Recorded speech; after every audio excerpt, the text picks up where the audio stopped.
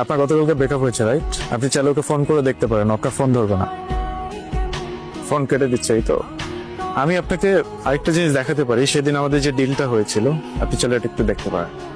আমার লাইফের সব থেকে আদরের মানুষটা হচ্ছে আমার ভাবিজি। রায়ের কসম, আমি আপনাকে পোল্টি মারবো না।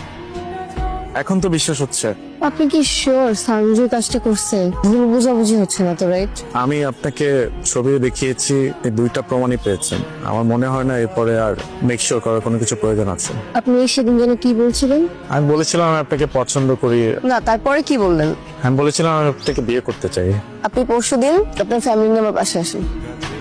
আর ইউ শিওর? 100% শিওর।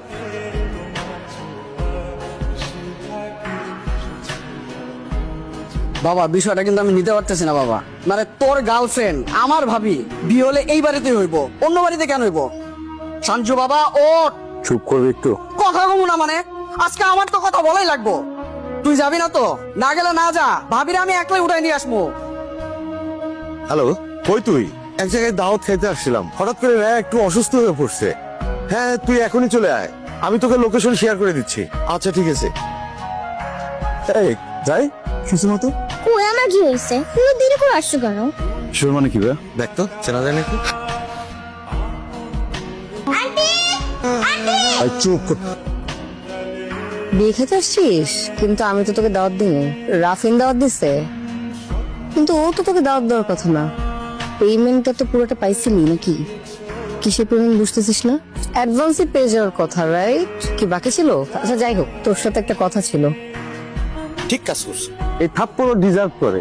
ও একটা না, দুইটা থাপ্পড় ডিজার্ভ করে। একটা হইতেছে ওর ভাস্তির কসম খেয়ে চুপচাপ ছিল, আর আরেকটা হইতেছে আজকে বিয়েতে কোনো সিনকেট হবে, এইটা ভাবে ও এখনো চুপচাপ আছে।